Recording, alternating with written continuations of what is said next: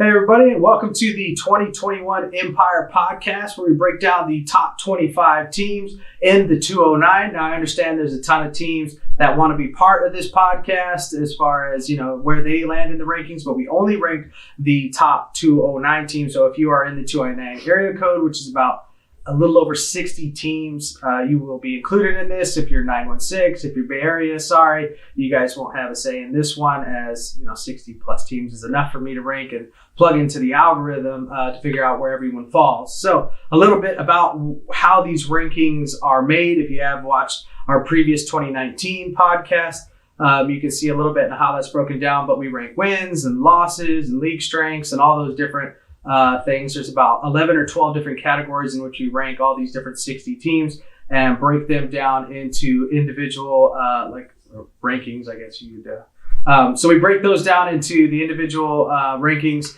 and we see where they land for the top 25. The only thing that's subjective is going to be the league strengths, which we actually just spent about an hour going over at the restaurant, trying to figure out if I'm on the same page as Coach Ralph and Coach Mike, who's with me here again to break down the top 25 teams. So thank you guys for being here today again. Like I said, it's kind of a tradition now, with the exception for last year. We won't talk about that. Well, yeah, because people are going to be wondering, you said 2019, what happened to 2020? We won't talk about 2020. Human malware. Human malware, yes.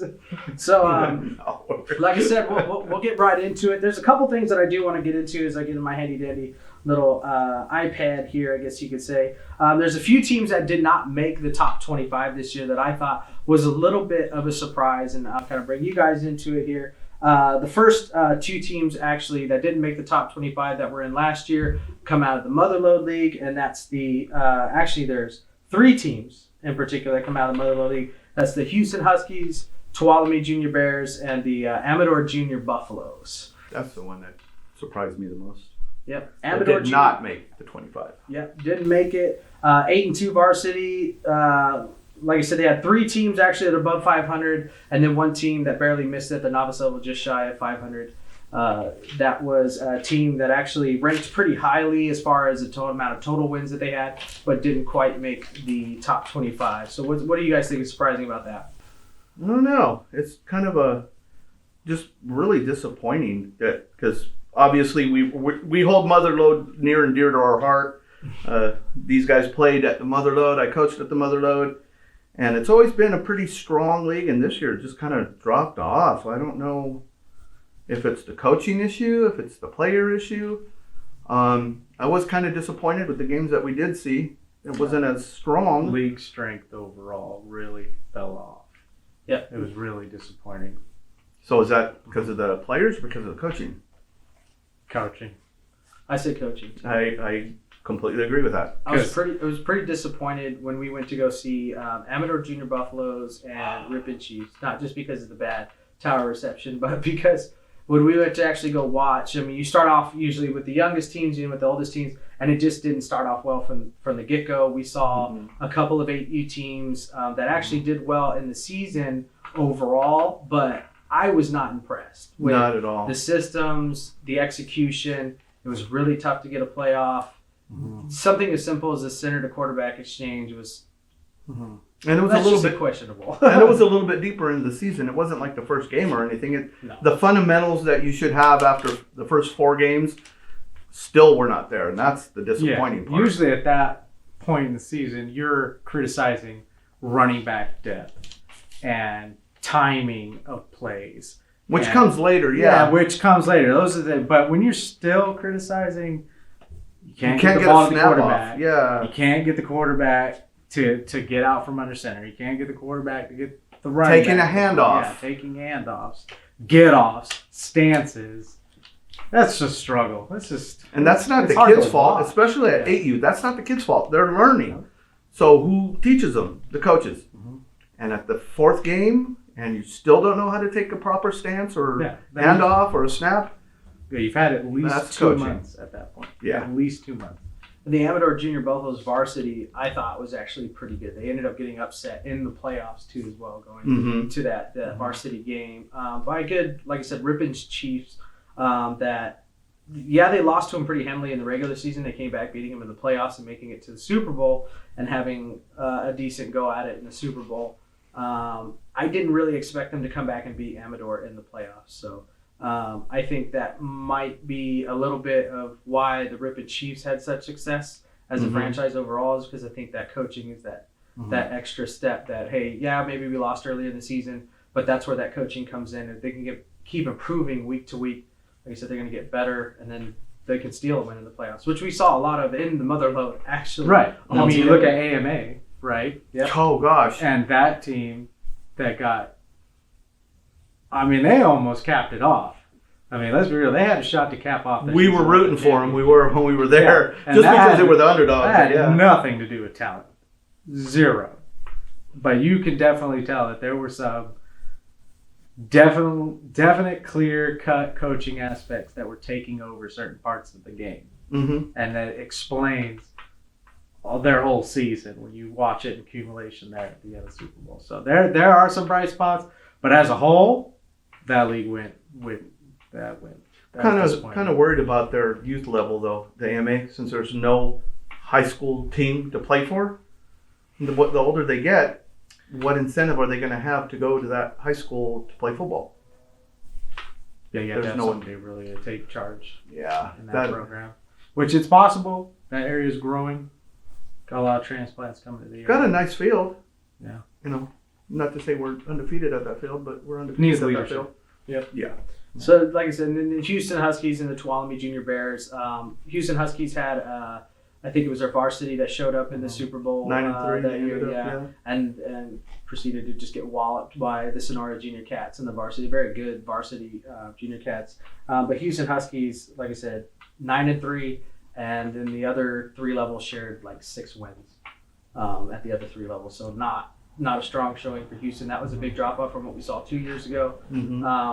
Like I said, a lot of these teams that have dropped out, I don't know how much COVID had to do with that. Sometimes the mishandling of the fees alone could get a bad taste in parents' mouths, where it's like, okay, you're taking all these registration fees in, the pandemic hits, a lot of people paid in the spring, which is about when this thing started kicking up, and then in the summertime, people were canceling seasons.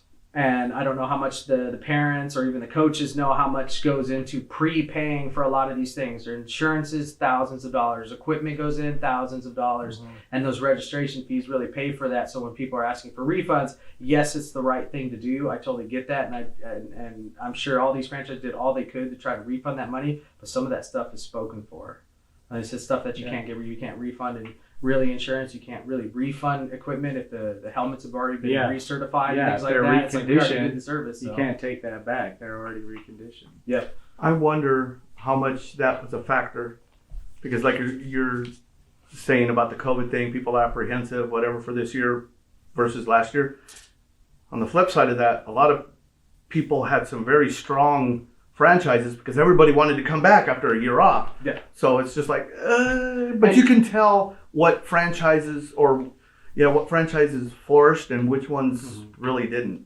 Yeah, and we saw that actually with the Motherlode. There was a lot of numbers that showed up for certain franchises. So that's why I was kind of like, maybe it's COVID. But in some cases, it leads me to believe that no, it really wasn't the case. That we had a really strong resurgence of registrations and new kids showing up to play ball again.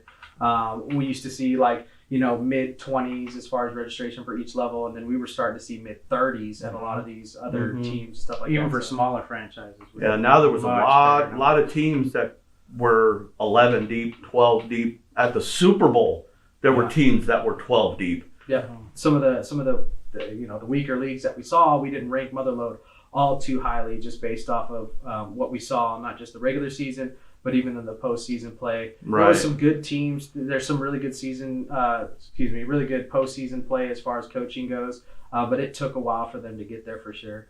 And then, like I said, the talent level, the size was still there, but the talent, there's no one that really ultimately jumped out at us. Yeah, Right. I don't think anybody questions the size. No, it's just kind of disappointing because, like I said, we all hold Motherlode near and dear to our heart. We really loved 2019 Super Bowl. That was a place to go. That was, to me, that was the best Super Bowl of 2019. Yep. But Yeah. It's still packed it out, but dropped. the competition just wasn't there, unfortunately. So Right. you might see that reflected in the rankings as we get into the top 25. And then one more team that I do want to bring up that didn't make the top 25, and I always call it the Mystique of the South Stockton Vikings. So this is the team that we usually see in the top 25. Traditionally. There's always that one boy that's out there, whatever level, varsity, JV, that really stands out. And you're like, this is a kid that you're going to watch, not just in Pop Warner, that I save the highlights. Right. Like we watched Malik Brown and stuff like that when he played for South Stockton Vikings. And we called it early and often. We said, this is a kid that's going to go places, and he is going places. USC now. Yeah. It used to be Decommitted Oklahoma. Did really great at modern day, but like I said, South Stockton Vikings, is the Mystique gone? I don't know if it's in there. You don't think it should have been there? Why is that? I mean, is that coaching or the kids? The talent, I should say. It's always, and everybody's going to call me a hater and all this other stuff, but the coaching is 2020 never. without it. Coaching's never really been. Because they don't know me. And They don't know about me. I mean, and this is a perfect example. Now you don't have the guy. Now you actually have to coach. Now and They don't. And you immediately drop out of the 25 after that? Yep. Yeah. Like, I can understand you're not going to win and run the tables every year. You're just, at some point, you're going to have a down or off year. Something's going to happen. Maybe your guy gets hurt or whatever, things like that. But you still go, okay, we're still pushing into the playoffs. Maybe you push deep into the playoffs. But they didn't do any of that. Right. We've watched now for 3 years, and the South Stockton Vikings has not been part of that top 5, sometimes not even top 10 conversation. And now they've fallen completely out of the rankings in the top 25. And this comes out of the DYFL North, which we ranked pretty strongly as far as league strengths go. The DYFL North, we saw a lot of good talent, a lot of good. There's a few things. franchises that's happening to, and maybe they're just rebuilding, restructuring. There's some kind of factor in there, but traditionally, the Vikings have been able to overcome some of the stuff because they have that player where they can toss right, toss left. We call it cheese ball right, cheese ball left, and get away with it. When you don't have that talent to do that, okay, how do you compensate for that? Normally it would be coaching. Okay, let's draw something up. Weren't able to do that. Yep. And I know the chatter before, like I said, in the spring and summer of 2020, they were supposed to be bringing back some veteran, now pro players that were coming back and supposedly going to help build that South Stockton franchise. We did not see that coming out for the 2021 season. Maybe that had something to do with that. The name, you can use the name to sign them up, be a poster boy, but unless you're out there helping the franchise, that means nothing. I mean, I get, doing your coaching off to the side and helping the already talented kids. But we've said this before, just because you played doesn't mean you can coach. There's a lot of people in this area that have played, pros, good college teams, and once they use their name to get into a program, that program doesn't do too well. Great for marketing. Great. Oh, absolutely. Yeah. I mean, if you got somebody that can be a face to bring the people in, by all means do it. But now you got to, like they say, put up or shut up. Okay, you played. Let's teach those kids because they look up to you. Show them how to do it. I haven't seen really one coach that has been at that upper echelon that has done that. Yep. I mean, granted, there's a high school that went pretty far in the playoffs this year. They have that type of coach, but he's been out of the league for a whole lot of years. So is it the coaching or is it just good players now? Tend to lean towards just the lack of the good talent. I agree. Because usually I'm always excited to see that team because you're going to see one, right? You're at least going to see one kid like, oh my God, that kid is burning everybody down the field. And as soon as he gets the ball in his hands, it's either the hold of the breath or right when he's about to beat that edge player to the corner and you're like, bye. B. Right? Lee. You usually see that. Right, yeah. B. Lee. You usually see those things too as well. All right, so I'd like to get into it now. Like I said, we're just going to get right into the top 25. I bring that up on a little handy-dandy iPad here. And we're going to start off, we kind of talked about this over lunch and stuff like that. And number 25, falling 24 places, San Joaquin Junior Rams. So this is a team that was number 1 in 2019 and barely squeaked by the Turlock Junior Pride in 2019. And that was because they had a lot of people show up to the Super Bowl, a lot of people win, and also part of a decently stronger league. But how they dropped to number 25 when now they're part of the Sierra League that us unanimously ranked as the number 1 strongest league that we saw. Teams like the Folsom Junior Bulldogs that were in there, the Del Oro's in there, Oakmont. There's quite a few really strong feeder programs that are in there, and we got a chance, or at least I got a chance to go see the Junior Rams play Folsom Junior Bulldogs, and Junior Rams, with the exception for maybe the varsity level, who ended up winning the Super Bowl in that league, just barely. Congrats to them. Very good Folsom Junior Bulldogs, yeah, but the rest of their franchise got walloped up and down, and some of them did not even either make playoffs or do well in the playoffs either. There was only one team that made. So please keep that in consideration. Props to the varsity. Varsity was a very good team. Big props because they lost to Folsom early in the season, made the adjustments, won the Super Bowl. Fantastic. Big props to you guys. What about everybody else? Yep. And just to clarify once again, this is a franchise rankings. I understand there are individual teams because we all thought that the 14U Junior Rams were going to be, if not, there's some argument that they might be the best 14U team, varsity team in the 209. Right. And yet they ranked barely 25. And I think if they're not the number 1 strongest league, they don't get ranked as a franchise in general. No. So what are the trends are you guys seeing here with Junior Rams? Coaching. Been in the area, coached everything, high school all the way through 8U. And my personal opinion is the coaching has fallen off a bit. I mean, we go the scrimmage we went to. We went early. We were there set up nice and early when they played the Trojans. Got to watch the practice. Got to watch things. It's a little different now. I don't know if they're as strong as they've been in the past. So I don't know why that is. The high school is usually pretty active with the junior program, and I don't know if they're separating from it or there's just not that available because those lower levels weren't as strong as they've been in the past, and they have numbers. They have a lot of numbers. They're strong as a franchise getting the numbers.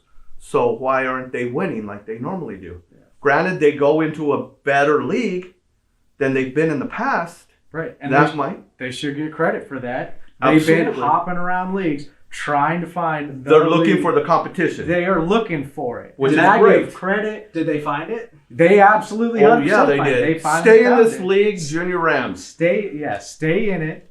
You found yourself out of little pond and into the big lake, and now you swim with the big fish. So maybe now it's exposing the coaching. Well, there's an argument maybe the effort has waned over the years because maybe you hadn't had to put in the coaching effort in some of these weaker leagues and you just kind of got by, and now you've kind of like grown numb to the lack of details that you've been putting. Well, it's also too like now it caught up with you. Like you were saying earlier, from high school in every sport, from high school down to youth, that's St. Mary's Mystique. There are schools that we know very well that as soon as they see that on the schedule, okay, that's a loss. Why? Because it's St. Mary's.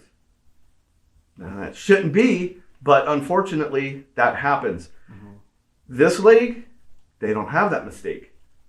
I think to give a little bit of credit to the Junior Rams, because it is a new league, I mean, you're in Stockton. When we talk about it's a different style. You don't necessarily even have to be in those leagues to know what everyone's running in Stockton. Because you just know what everyone's running. You know these people personally. Sometimes the smart coaches know. You've been out with them to the barbecues, whatever like that. Yep. You guys are chit-chatting online, Facebook, all that other stuff. And you guys know what everybody's system runs. And then you go up to the Sierra Athletic Conference, and you don't know any of that.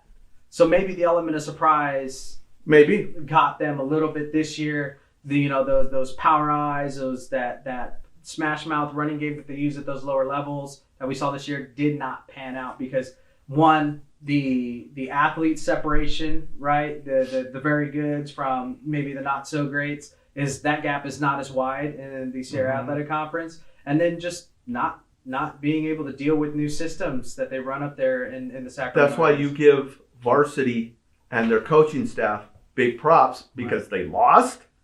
I'm sure they studied film. They made the adjustments, came back and beat a very good Folsom 14U team. Very good. They were stupid good. Yes, and they beat them. So as I was streaming, those games that day, in a pretty small little football field park thing that they had going on, which is really nice and whatnot. But it was exciting to see with Folsom in particular, to give them huge kudos, is 8U, 10U, 12U, 14U. They all had a quarterback that was Folsom is always fundamentally, right? So when we talk about fundamentals, I think that's where that big separation was, especially at the younger levels, was their basics were just very much more crisp than the junior Rams were. And then that 14U level, like I said, they were very much more caught up at the varsity level. I think they just caught by surprise by the level of competition that, like I said, they run into. And the level of comfort at that level. I mean, especially if some of those players have been playing since they were younger. Now you're kind of doing the same thing all the way through. You get in the 14U level, and now you're getting some good pushback from some good competition. You fall back into a comfort zone, but you fall into this comfort zone that St. Mary's is not familiar with. See, and that's kind of the good thing with that coaching's different. The good thing with Folsom, which is, like we said, a fantastic team, they run the system the high school does. Yep. So you're learning it at 8U, and you're taking it all the way through varsity and high school. And they have very good coaching up there. So if you get into that system, and I have a very good friend that his son is in that system, he was a freshman this year, he's going to be very good getting up there, but he's been doing that since he was young. And when all you're doing is refining, as you're working your way up that youth system, you're going to have success. Yep. So the timing was all there, and they run that no huddle.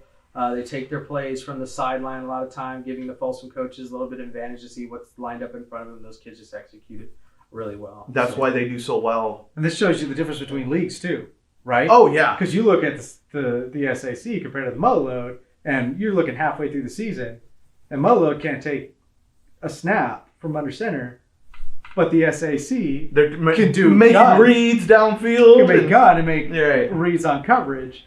There is a stark difference there between two leagues. Like, it's massive. And I think that's why you're ranked Sack. Sierra way high and Motherlode not so much, actually bottom half. Easy. I won't dime out who's at the bottom. But So we're going to go on to numbers 20 through 24. So we have at number 24, we have the Manteca Junior Buffaloes, which is formerly known as the Junior Timberwolves.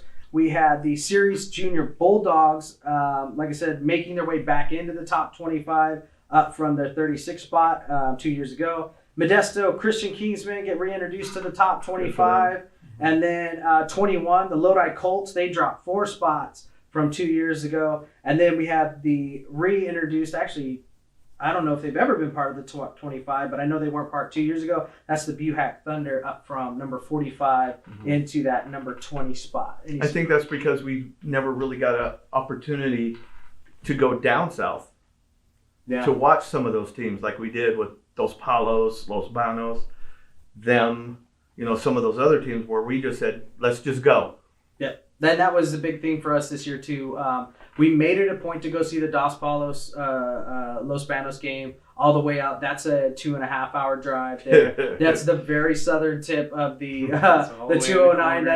Those are the two most southern teams out there. And then going out to that Atwater area, which is pretty far south, but also in their east towards almost the foothills. And that's probably the other corner. And we got to see Buhack, and that was pretty cool. They had a really good JV running back. Well, not JV running back. I guess a novice. It's 9U in the SinCal, a very competitive SinCal league, and we got to see them make another playoff run and a Super Bowl win for that 9U team that ended halfway. That was an event all by itself. We won't get into that. And I'm still shaking. Yeah, then the one team, the Series Junior Bulldogs that we saw come back into the top 25.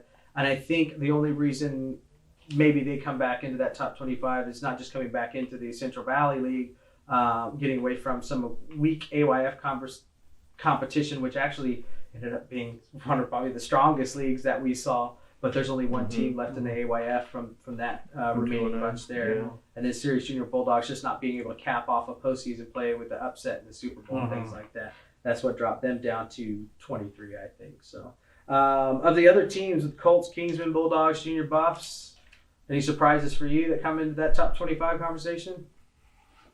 I wouldn't say surprised. I'm just glad that some of those teams made it back in because they should be there, right? You know, you look at the Kingsmen, you look at Sirius Bulldogs, and some of these teams should be in the top 25, at least top 25, because they're not, you know, typically they had great levels, have good years and things like that, and they shouldn't have these years where they fall out like that so hard. Not, you know, you can make 1,000 excuses for, you know, given the past year or so about what's happened, but some of those teams should have always been in there. They shouldn't have fallen out. So them coming back is not that surprising, I guess.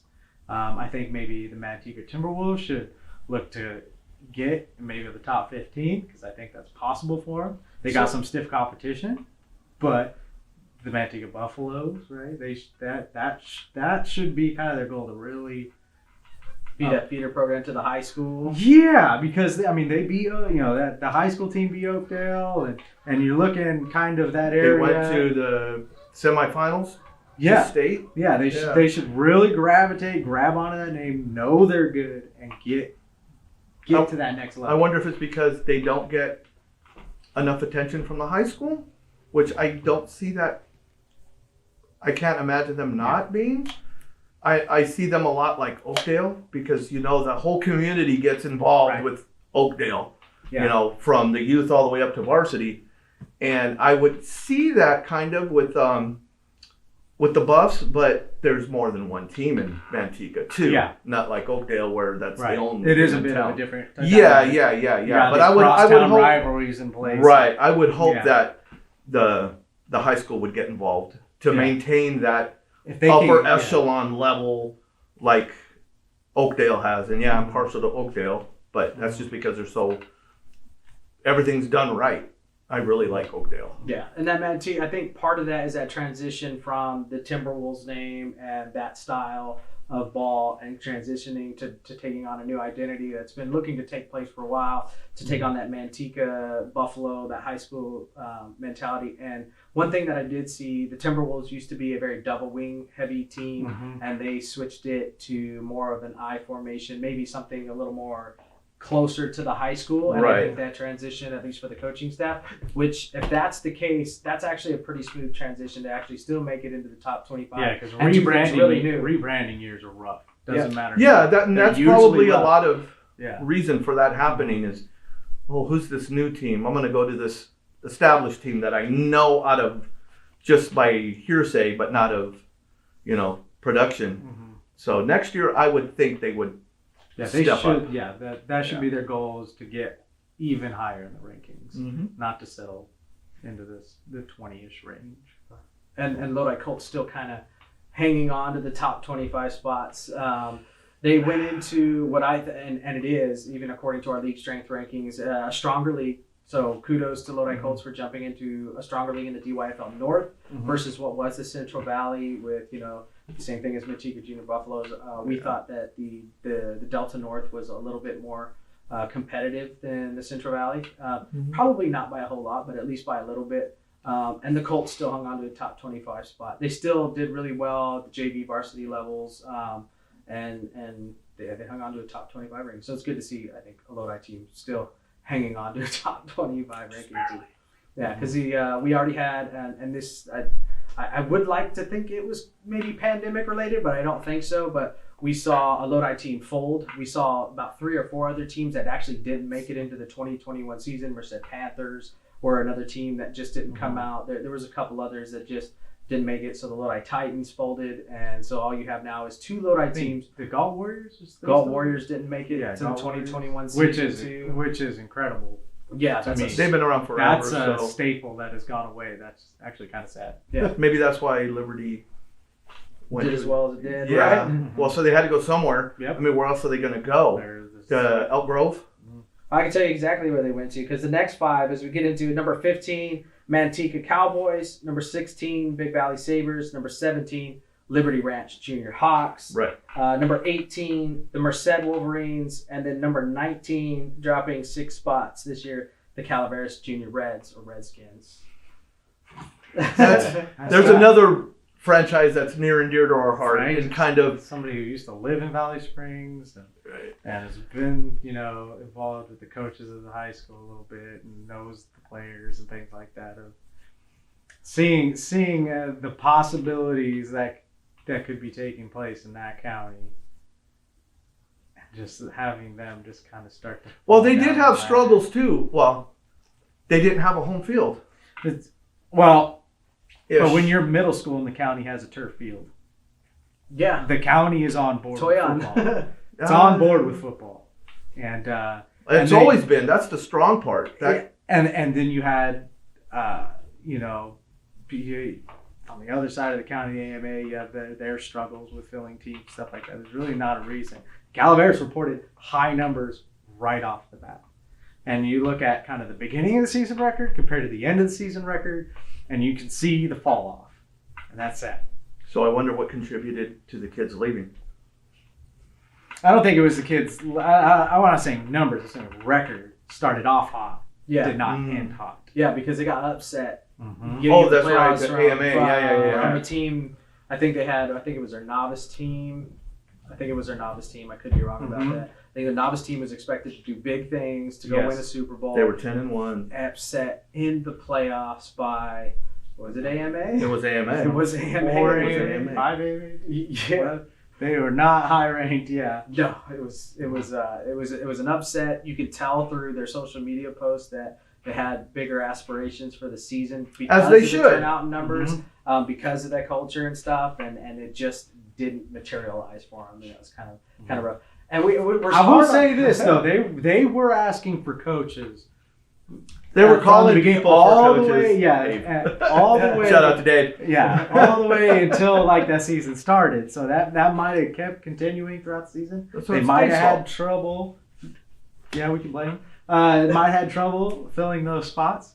So I mean, Yeah, 'cause maybe this- that's something they look forward to. Maybe they had the talent, and that's why the record was so great. And then because they didn't have the depth of coaching, that's why they Another fell. thing we keep talking about is, this pandemic that we had affecting the kids and stuff. It probably affected the coaching too, with the labor shortage and stuff. Some of the good coaches may had to have keep working, and they had to pull anybody they could, which led to what we like to call daddy ball. Where, okay, I played, my JV year, so I'll coach. Well, when you get into these leagues that are competitive, like Motherlode usually is, I know we keep going back to Motherlode, but they're usually pretty competitive. They may not have had the available coaching, which led to some of the weaker records. So there's a lot of variables, and unfortunately, that's the biggest one that we've been seeing for both, all aspects. well, So maybe. they could have retired out too. Yep. Youth football coaches retired. So then another at that number 16 spot, the Big Valley Sabres going from number 53, which is That's a nice jump very for them. close to the bottom, and then we actually got a chance to finally watch them Yes. in the Trans Valley League Super Bowls and got to play Hillmar, which is also a team that we hadn't got a chance to see. Right. And we just kind of put it out there midway through the season. So you know what? Let's drive out. Let's go see what these small communities are all about with Gustine and Hillmar. And we saw some pretty decent ball out of these very, very, very small towns. I can't stress that enough. We're talking like But shout out because everybody comes out. Maybe a stoplight. That's the part I love. Yeah. Maybe a stoplight. Yeah, if you're lucky, a roundabout. No Walmarts, nothing like that. But, And some of the places, where we had to visit Walmart's, before games. yeah, missing a piece here or there to get the live streams up. You guys have no idea how hard it was to do live streams. It was ridiculous. My goodness. And ironically, Gustine was the smoothest stream Right? out of all of them. Yep. Thank you, Towers, for cooperating. Yeah, that was a big thing. So We got to watch them, the JV Super Bowl, the Big Valley Sabres play against I think a Hillmar team that I didn't expect to play out of their minds, that JV squad. There were two particular big two-way players, big backs, and there were also defensive line that they played, and then also one of their big feature athletes, running backs / quarterbacks, do really well that game. Just fat, stiff arms and big runs for touchdowns and playing well on the defensive side of the ball. It's nice to see those teams step up at the big games.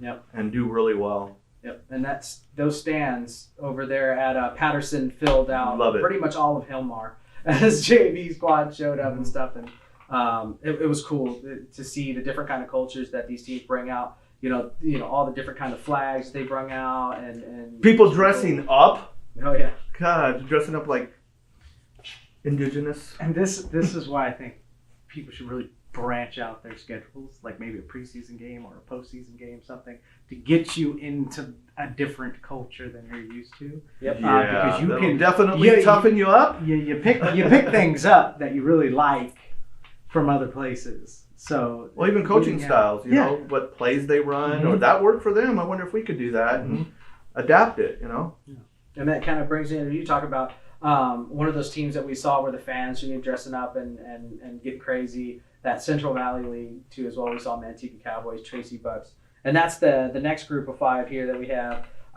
At the number 15 spot, the Manteca Cowboys. Number 14, the Modesto Broncos, back in the mix, dropping a little bit. Cesar Chavez Junior Titans, like I said, they're down to that number 13 spot. Ripon Knights going from number 29 up to that number 12 spot. And then the Tracy Bucks that were not ranked, they were down kind of low at that number 49 spot and jumping all the way back up. So we had the Tracy Bucks back there at that number 11 spot. So I had a lot of fun. That was at Tokay High School in Lodi. Thank God it wasn't that big of a drive, but the streams didn't do well that day. It was just really cold. Yeah, up at the top, that was just really cold. Pretty foggy and all those things, but you saw a pretty loud crowds, and a lot of people showed up to those Super Bowls in particular. There were a ton of vendors. It was a really well-run event, and it was fun to actually see some of these teams that you usually see in the top 25. So you have the Manteca Cowboys. Their varsity squad was humongous. They were huge. And they had some great athletes too as well. Good thunder lightning duo in the backfield and things like that. Very well prepared team, and they came out and just skunked the Junior Buffaloes and the varsity. Again, they were very well prepared, which goes to very well coached. Right. And they're usually, Manteca Cowboys are no strangers even to the top 10. No, they should be in the top 10 this time, but consistent. Yeah, yep. That should be their goals, to be up in the top 10 as often as possible. Or even, and really the only way to get there, all your levels, is all the levels doing well, and then maybe introducing yourself. Well, they tried. To somebody. They tried doing that. We will get back into that. So there was, like I said, a rumor that was out there. It wasn't so much a rumor. It was just supposedly scheduled and everything was set to go, where the Central Valley Super Bowl winners were going to be playing the Trans Valley League Super Bowl champions, and that just never materialized for whatever reason. I hear a lot of things. I hear a lot of rumors. The rumor is that Trans Valley in particular had backed out of that competition. I didn't get a reason why. A lot of people tell you why, but you don't actually know why. But one thing I do know is it didn't happen. And one thing that we heard a lot is it wasn't Central Valley that backed out. It wasn't the Manteca Cowboys that backed out. It wasn't the Tracy Bucks or whoever that backed out. And they were pretty adamant about making that point clear. Is it wasn't them. They were down. They were ready to do it. And I got a bunch of messages and YouTube DMs and kids, Instagram, and kids are saying like this was going to happen, and then it didn't happen. So they still wanted it to happen. For whatever reason, it didn't come to fruition, unfortunately. So, and then I want to get into, like I said, the Ripon Knights. They were just shy of making the top 25 in 2019, and like I said, they jumped up pretty big into the number 12 spot. So, what did you guys see that was different from 2019 to this year? They just put up, right? They won games. Like, we kind of wanted that or expected that from them previously, and it just, for whatever reason, just didn't happen for them this year. Finally, it was like, okay, yeah, this is the Ripon team we were expecting. Thank you. Yeah. Finally, like, so some of the stuff we saw at varsity, you're just like, hey, yes, That is what we came to see. Finally, we got it. So, funny little story too, because Ripon Nights is actually my first game of the year, first regular season game of the year, not besides Jamboree, and I got a chance to talk with the president of that franchise, and I set up in the stands like I usually like to do. I'm no stranger to the stands. I don't think I'm above anything. Sometimes it's more fun being down there. It's a whole lot of fun being in the stands, actually. You catch a lot of things on the mics, by the way, parents. You are caught on those live Yes, streams. you are YouTube famous.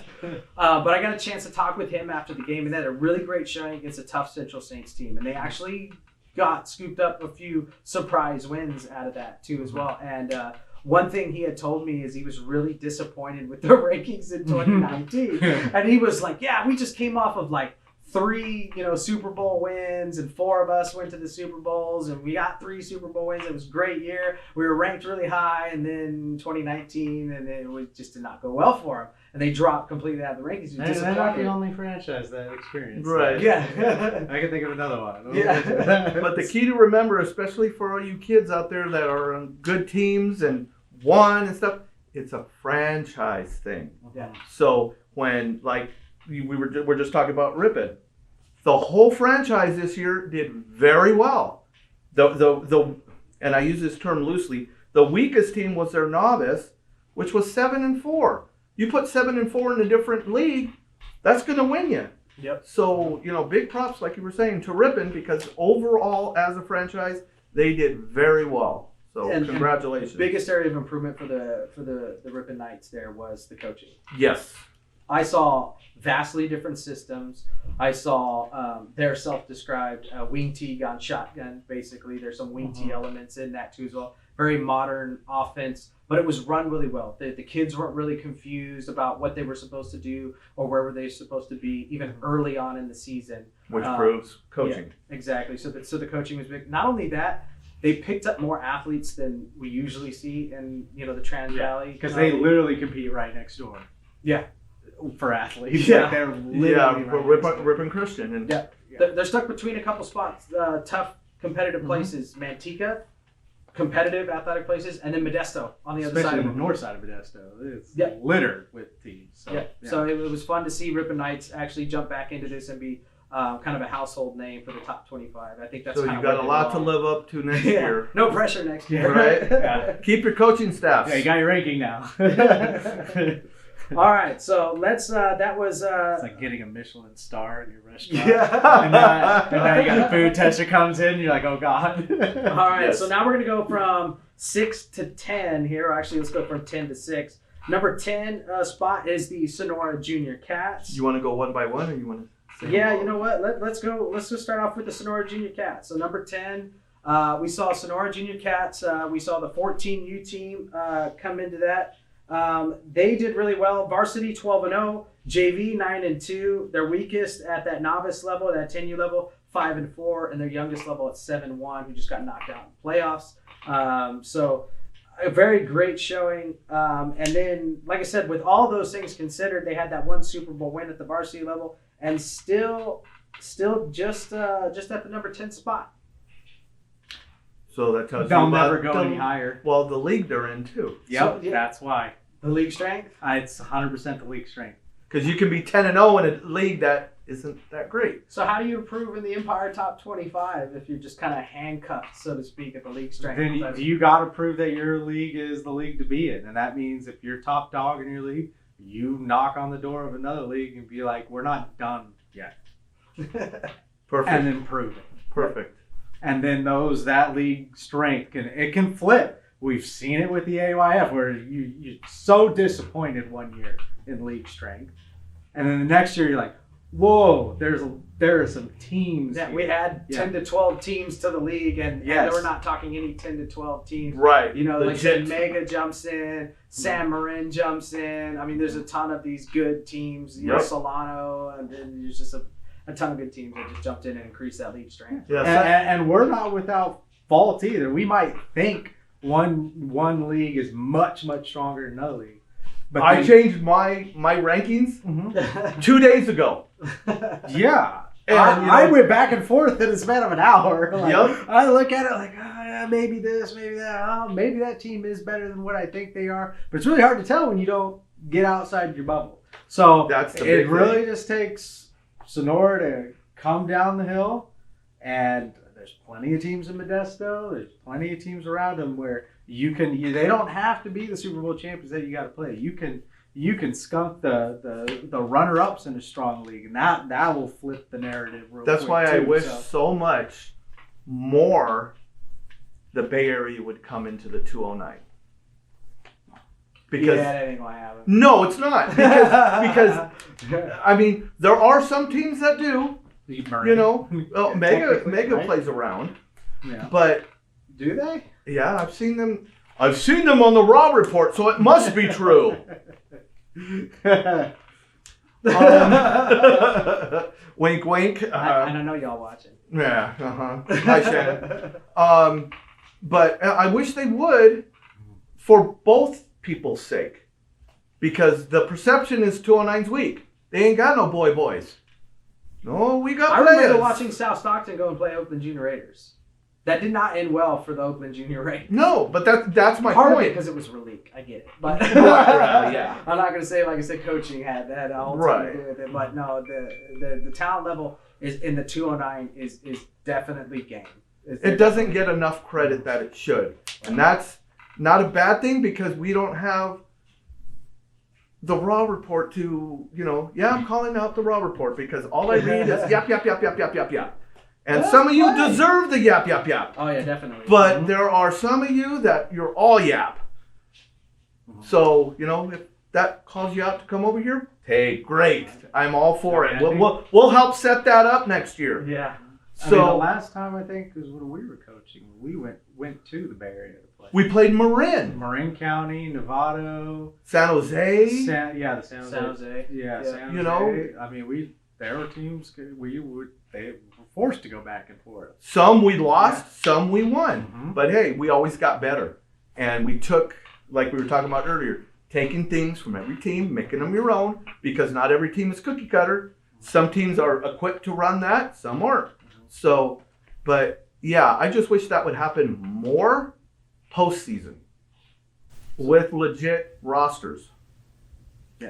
Yeah, no, I'm 100% against all-star rosters. I don't think just because you That's go into an the game- all-star tournament. Yeah, you just go 'cause- do that. Yeah, just because More power to there's you. a time and place for that kind of thing. But if you're looking for Yes. the best team, it's not like, okay, every good, we're not going to take the all-stars from our league and go play the all-stars from another team. I was like, yeah, that makes for some really ugly football all the way around. It usually ends up. Well, that's It all is cheese a- ball. yeah, usually because it's you a- can't run a system. You can't run a, you can't have a good, really good fundamental football game playing with all-stars.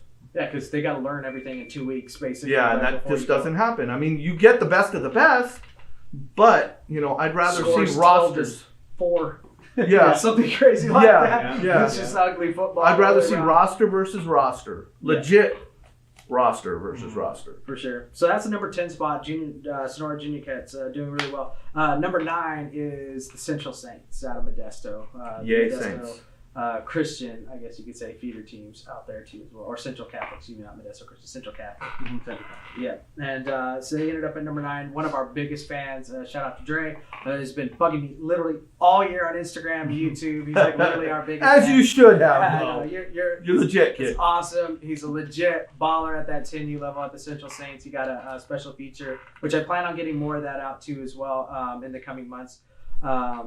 And they won their Super Bowl too at the 10U level. And the Central Saints did really well. Let's see kind of where they stacked up. Central Saints. 6-5 varsity, 6-5 JV, and the 12-0 novice. Yep, and their smaller, littlest guys didn't do all too great at that 3 and 6 level, which why they kind of got bumped down to that number 9 spot.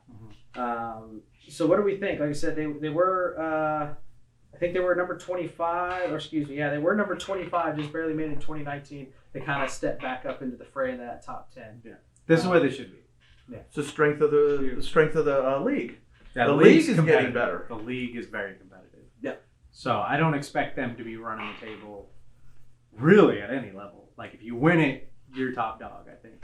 In And that league. just to kind of specify too, because we did split up these leagues, and yes, there's the Trans Valley youth football league, but we actually ranked the Atlantic different from the Pacific. CenCal, we ranked AFC different from NFC. The DYFL, we rank different from the North versus the South. So you just have to understand that we understand that there are weak sides to the league, and we took that and we said, you know what, that's a great point. We're gonna individually, like I said, rank rank the league strength a little bit different there. Yes. And I think that's what helped out Central Saints a little bit, because you have very good teams on the Atlantic side that we saw, and maybe not so much on the Pacific side. So. But Central Saints, very, very big kudos out to them. The number 9 spot, jumping up to the number 8 spot, which is the Ripon Chiefs. Ripon Chiefs did really well. They went, they got 2 Super Bowls, right? The varsity did not do so well, 5 and 6. Like I said, I think they upset. I can't remember if it was them or another team that upset the Amador team there. They had a couple of good athletes there, but didn't come out 500. But they had the 12-0 and the 11-1 JV and novice Super Bowl champions there. One of the very few franchises that actually won 2 Super Bowls in their particular league, and then a 5-2, somewhat respectable at the starts level as well. Yes. That's all. No, well, that's all we've been talking about. It seems like is motherload. So, it's not as a strong league as it has been. So, and that's about as good as you do, right? That's one of the few teams that did well basically across the board. So that's a strong franchise. It's a strong franchise, but you're just in a league that's kind of holding you back at the moment. Yep. So it could flip on its head next year, but I hope it does. I hope it does. I would love to see the Motherlode come down the hill and start playing some of these other teams for sure. They used to. Well, yeah. They came down here to Lodi, Galt. All that was part of the Motherlode, but kind of got away from it. Things happen. A little bit. Like I said, they're they also expanded too, the other way. But those towns that they have out there, they're growing. Yeah, legitimately, and they want to keep it local, which is okay too, because not everybody loves to travel. That's what really hurts a lot of these leagues. They're complaining about travel, but seriously, going from one side of the mountain to the other side of the mountain is like an hour long. Right.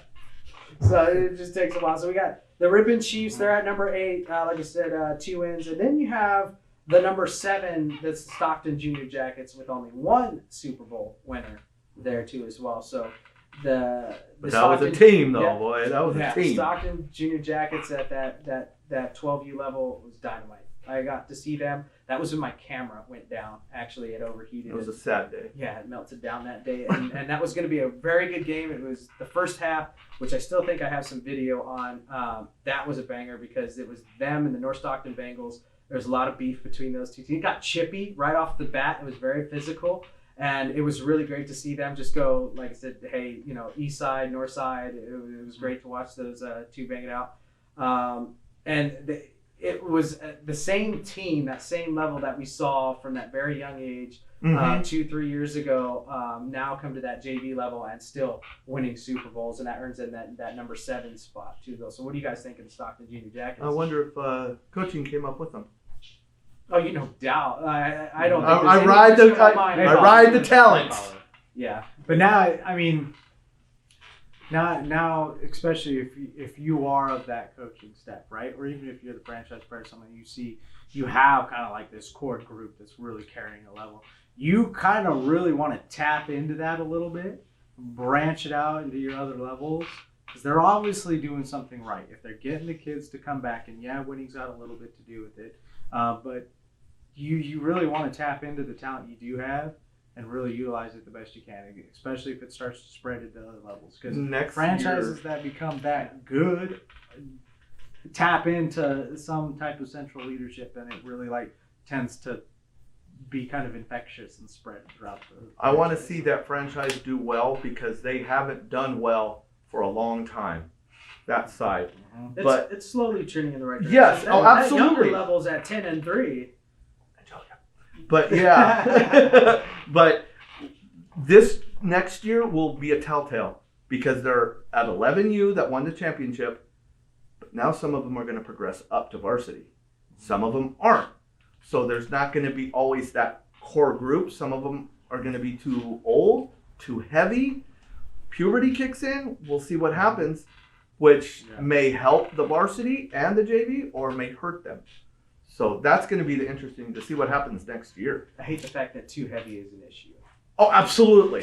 Absolutely. But I can't play running back anymore because I had too many hot taquitos or whatever. Right. Cheetos, and now I'm It's a not, little sometimes it's not even that, McCurdy. right? Sometimes it's like, oh, I grew 5 inches over the summer. Right. I've been in pain That's all why summer. That's why I said and I come puberty. back and I've gained 20 pounds or whatever. And it's like, not bad. And we know better than anybody, how puberty kicks in. We'll take a picture of the team at the beginning of the season and then look at them at the end and, oh, you got facial hair now. What the heck?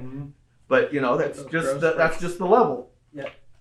That's the number 7 spot, Stockton Junior Jackets. And then we kind of get into more familiar territory. And this is where it kind of comes hot button topics too, because now we're in the top 6. All right, coming at the number 6 spot is the Turlock Bulldogs.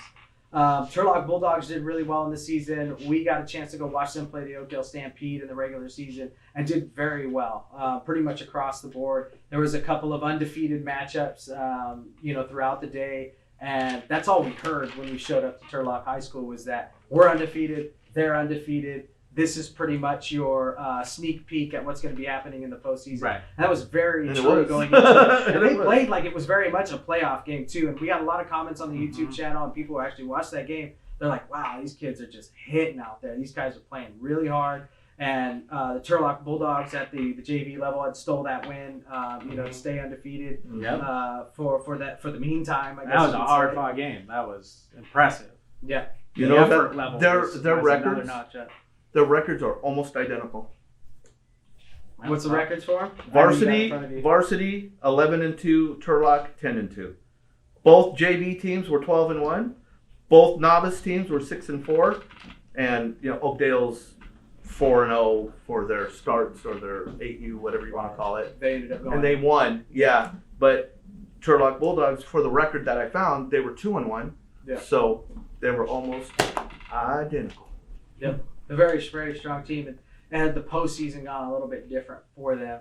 We're seeing Cream rises top to the 5 top spot for sure. Yeah, we're seeing Right, like what side of the bracket do you start on in playoffs or that type of thing. And in the SinCal, that's the difference maker for sure. Is that seeding is How they very bracket, important because SinCal ranked for us was a top 3 as far as strength of SinCal leagues. AFL. Or AFC. AFC, yeah. Well, NFC's not right. too far behind because no, we ranked NFC was 2 and 3 next or to 1 them in a lot of ways, or back to back. Yeah, and Turlock Bulldogs. It seems like every time we do these rankings, they're always a part of the conversation in the top 10. And I don't think we talk enough about them or hype them up enough. We hype other Turlock teams, other Tracy teams, and things like that. And it's like Turlock Bulldogs, man. Like we're knocking off undefeateds. They're part of the postseason play. Right. What do you think is a key for them to actually get over that hump to actually be a part of that top 3 conversation rather than just top 5 or top 10 conversation? You gotta get past Oakdale. That's for sure. You gotta beat them. And here's the thing. At this point, everybody knows what they're gonna run. Yeah, they know that too. And they know it. So you have to do some serious work in the offseason because you obviously have the talent to compete. Right? They obviously, the coaching is there. You just gotta figure it out. You can figure it out. It is possible, but you just got to put it all together. And I think it doesn't got to be across all levels to knock that franchise off. You just have to have a couple of bright spots to get past it. And then now you're in the top 3, basically. Yep, you got to win. I know Coach Ralph is just holding his tongue over there because that is where everyone, if you've watched this far and you haven't skipped to the end, shame on you if you did that. You don't know what we gave away, do you? There's a lot of things you missed, okay, as far as the pre-conversation is why the top, teams are going to be where they're at if you didn't watch the very, very beginning of this. Right, and we'll know you didn't because you'll comment something that we talked about before. Yeah, and this, if you wonder why you don't get the response from us in the comments, is because it's like, you're going to get the same response that I give half the other commenters. Watch the whole video. We answered that almost verbatim. Go back to 632. And all right, so that's number 6, the Turlock Bulldogs. We get into our top 5, right? And this was a top 5 that we spent most of our lunch talking about to see if, does this look right right? Because the algorithm doesn't care what we tend to say. The only kind of input that we have is kind of league strength. And again, the caveat that I said in 2019 was, if you can find somebody besides us that went to literally every single game, like, I get it, Coach. You saw 10, 11, 12 teams. That's cute. It's real cute. We saw like 40 plus teams go play this year, okay? Right. And it wasn't all one league. Yeah, no, we had 12 leagues that we went to go see this time, and it was like, okay, I know better. This is a because I went to go see 209. And then the other thing too, it's like, if you are trying to figure out, okay, they're ranking these things. I saw every single highlight video too. Well, who made the highlight video? First of all, I made the highlight video, and second of all, I made y'all look real good. Real good. And some of y'all not as good as those highlight videos would lead everyone to believe. Because we could very easily make a big thing for lowlights too. Yeah. Coaching lowlights. Player lowlights too. I don't like doing that. But But there's a lot of, you got this one, 60-yard touchdown run, but you guys missed the 3 failed quarterback center exchanges before that. So, some of those things, it can be really slow day for us, and all of a sudden, bang, lucky for you, I don't really miss too many plays, and we catch that really good highlight touchdown run. You think, these guys are really good. We could make videos like we do now for the kids. Hey, look at this run you did. Hey, go show grandma, go show grandpa. Very easily, we could do one for coaching and say, at this particular time, you ran this play. Why? And then, why didn't you run that? And then, look at you throwing a clipboard on the sideline, throwing a temper tantrum. Next play, your team steps up and scores a touchdown. Who looks silly? So, we can do that very easily because we have a good memory. And plus, it's on we have camera. It's on camera. Yes. Okay. You think I'm being critical now? Yeah, we have proof. This up to 11. I really could. Yes. Maybe there should be some type of breakdown. I mean, we could break down film for you if you'd like. We could do the breakdown of film. I have no problem calling out your running back depth at 10 yards. See, and just so you guys know, we're not just talking as fans. We're coaches. We've coached for a very long time. And not just at the youth level. Right. We've coached every level. These guys have been coaching since they were 16 years old. I've been coaching since 99. Yes, I'm old. Okay? We're coaching kids that we knew playing, having their own kids. But we're very even. We don't pick. We don't say, this team, we're just going to nail. It's across the board. We give props where props are due. And then we nail you when you make bonehead decisions or throw temper tantrums on the sideline. That's the biggest pet peeve that we have and that we had this year is the silliness about it's only you. And your kids come back and score a touchdown. So who is at fault? That and clock management. Learn what they call timeouts. Yeah. Don't call timeouts for extra points anymore. Stop that. And then how many timeouts do they have? 5 timeouts. What is this, a sig count? How many timeouts do you have? I saw 5 timeouts. In a half. Not the game. More in than a one half. time. It was so funny that when we got to the SinCal Super Bowl, that was the biggest question we had going in. How many timeouts did you have? Yeah, does it change? All right, anyway. Enough for the rant. All right, so top 5, now we get into the number 5 spot. Number 5, and this is where it's just, okay. It could Let go the comments way. come in because this is where it starts. You thought we started at number 25 with the San Joaquin Junior Rams. Number 5 is where this is going to be hotly contested. Yep. And big shout out to this team. I think these coaches 100%. This coach bailed me out for the actual season. Unfortunately, that has no effect on the rankings as much as I wanted to. No money accepted. No PayPal, no Venmo. So the number 5 stop you spot. at the gate. The Tracy Rampage there at the number 5 spot. They had an incredible 14U team. I thought probably one of the best 14U teams that was out there. I know we've already said that about 2 or 3 different teams already, but there's definitely like a top 4 that we would love to have like a little tournament. This top 5, if we had a tournament for the top 5, that would be such a great day. Great day. We would love it. And then, the Tracy Rampage, they great 14U team. 3 out of the 4 teams have made the Super Bowl in the DYFL North, which is a very strong, like I said, division of the Delta Youth Football League. Tracy Rampage was DYFL South. Yes. Playing against the North. They won one Super Bowl, but they put 3 out of the 4 into the Super Bowl. They only came away with 1 Super Bowl win there. The DYFL South was pretty weak, all things considered. Mm-hmm. Tracy Rampage definitely was a very high ceiling for the DYFL South, but there was really not a close second for them in the DYFL South. There was No. filler team in You had the Tracy Raiders at novice at 7-5, Mm-hmm. and the Dublin Fighting Irish 7-5 at varsity. Nobody else was above 500 in that league. So DYFL South was definitely bottom of the barrel as far as the Yes. strength of schedule goes. I understand that North plays South quite a bit in those leagues. You can make that same argument for everyone else, but when it comes to actually getting through the postseason, which is very tough to do in some of these other leagues, it's not that tough in the DYFL South. It almost feels like, okay, we just blew this team out. We're going into the playoffs to blow the same team out again, unfortunately. Mm-hmm. And that's That kind of the way, happened, and then that happened, that panned out that way. And the only way you get higher ranking, you had to beat the North teams, and they only have one to do that. Yep. Right? Yeah, one. They only had one do that, One do and that, that was a so. very close game at the varsity level. Mm-hmm. The Tracy Rampage beat a very good Northwest Trojans. And it was a 14-18. comeback. It was a revenge game, too, Yep, because they had lost to them earlier in the season. right. They had lost to them earlier in the season. Yep. Tracy Rampage was down one of their key stars. And they didn't have JoJo. Yeah, they didn't have JoJo, who's just a dynamite, like I said, quarterback. And that's Big shout. Okay, so as far as those boys that we're looking for in the future, going to high school and colleges, okay, JoJo's one of those kids. I hope he grows taller. Right, Gales is But, also yeah. one of those other running backs, wide receivers that we expect to go to that college level too as well, to do big Yes. things in high school. Heaven forbid any kind of injuries or anything like that, which is like I said, there's so many obstacles to getting to that next level, getting through high school, getting to college. It's just part of the game. And just some advice, just because you were a boy now, and we say that as a term of endearment, Yeah.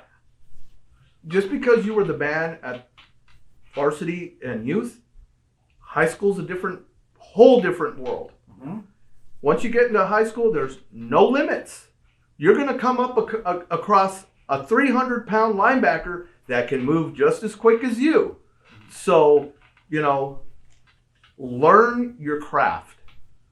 Go to the camps. Do what a lot of you that we see posting, you do. But just keep going.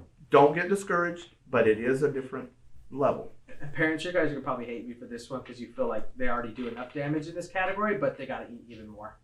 Yeah, you're going to burn so much. Yeah. They got to put on the extra weight. They're, the puberty, like I said, they're going to start spiking up in height, and that weight's got to follow behind them. Not just because it's the thing that football players do, but to keep them healthy and preventing Safe. injuries and be able to throw around their weight and actually pack on good weight. I'm not talking like, go to eat a bunch of McDonald's or anything like that, but you're going to start learning about physical fitness, the diet aspect of it, putting Very on much good so. muscle mass, particularly for your trait, your craft, your position that you're going to be playing. A lot of these kids love to drink soda, love to drink energy drinks. Gotta get away from All that Ah. crap. God, Water. Yeah. God, yeah. Yep. So Tracy Rampage there at the number 5, and now we get into the number 4 spot. Like I said, also ruffles a bunch of feathers too as well. And these top 5 spots were so close all together. Much closer this time than I remember it last Yeah, because time. 2019 it was the top 2 spots Right. that were really That close. was That was Junior yes. Rams and Turlock Pride, they were really close. But this time it's like, okay, now there's more than 2, there's 5 teams, or arguably 6 teams. Yeah. That We're could so very close easily together, yeah, interchangeable, so- yes. Coming at the number 4 spot is the Northwest Trojans at the numbers. Now it's like, oh my God, there's no more Delta teams. How could this be? But no, Trojans, 2 Super Bowl wins. I think that's what kind of put them just over the hump ahead of Tracy Rampage. Yeah. But not only that, but being part of the stronger side of the bracket at the DYFL North side. And then just, overcoming a little bit of drama and obstacles that maybe are self-imposed. I won't even say maybe. They were self-imposed, and they overcame, and they even by taking the hits in the seeding and the playoffs because of that, by Because they had to losing forfeit, their yeah. fields and those forfeits, they had a much stronger, a tougher road to get through the DYFL North side. And they had to beat some good teams in order to get there. And then they played some strong teams in the championship too as well. So so big props to the Northwest Trojans at the number 4 spot. Does this spot really surprise you guys at all? No. I think right off the bat, like even during signups, I think we kind of knew that things were going to be on the up and up. They closed Because early. They were closing early. And one, that was a good sign just for the whole situation around youth football in general. We didn't know what was going to happen, coming back, but obviously people missed it. They missed a lot, and they found the importance of really getting out and social interaction with your kids and with other kids. And, just stay out of the parking lot. Yeah, that whole dynamic. You need that. And so when we saw the numbers and them closing off registration, it's like, okay, they'll be fine this year.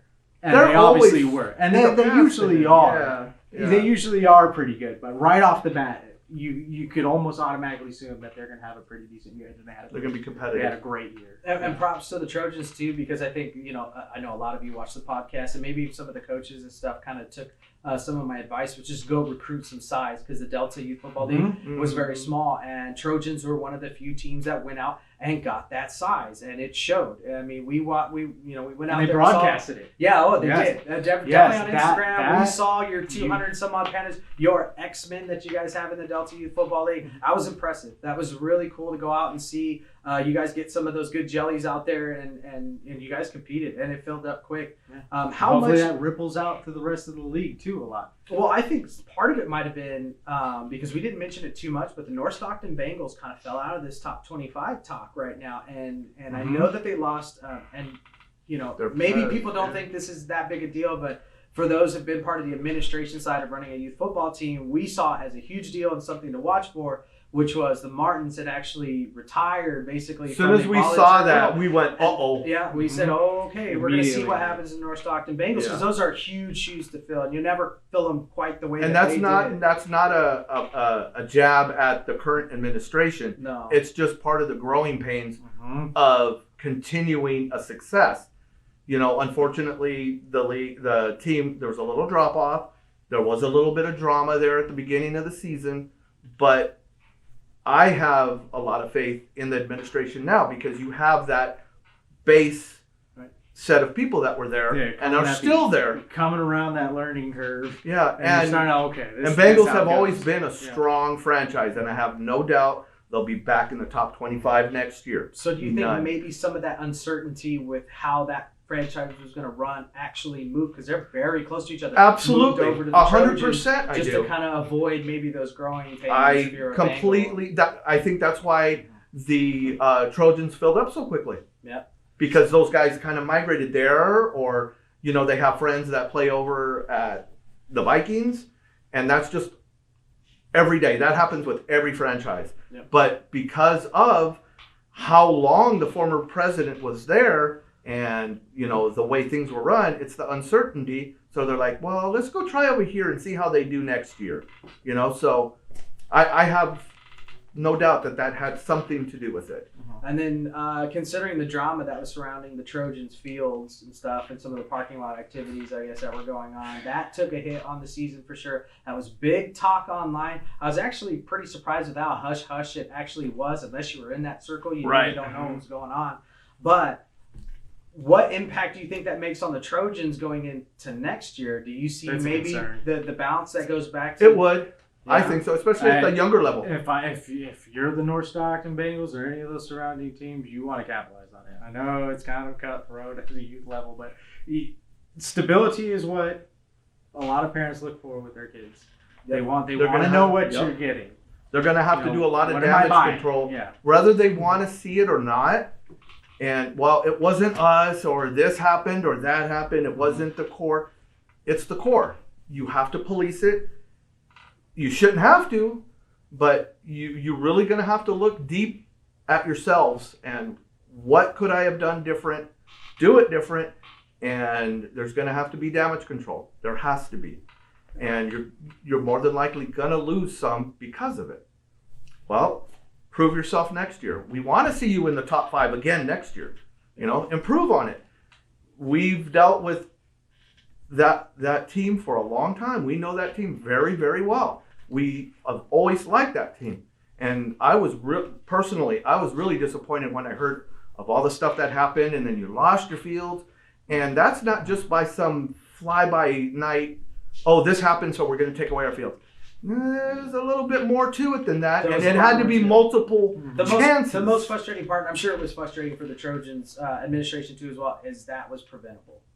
That was Yes. very much preventable. So- Somebody who's been, like I said, an ex-franchise president and Yep. stuff like that, there were some extreme measures that you probably should have taken, and maybe there was some hesitancy. I don't know who the president is or what the protocols were surrounding those kinds of things, but it was preventable. Don't be afraid to go kind of on the extreme side to preserve the reputation of your franchise, because really, you know, That's everything. that's all you have is your reputation. And as a storied franchise, as much as we talk about South Stockton Vikings, North Stockton Bengals, I mean, Northwest Trojans are part of that same conversation with the Delta Youth Football League, one of the oldest football leagues in all of California, not Yes. just Northern California, the 209.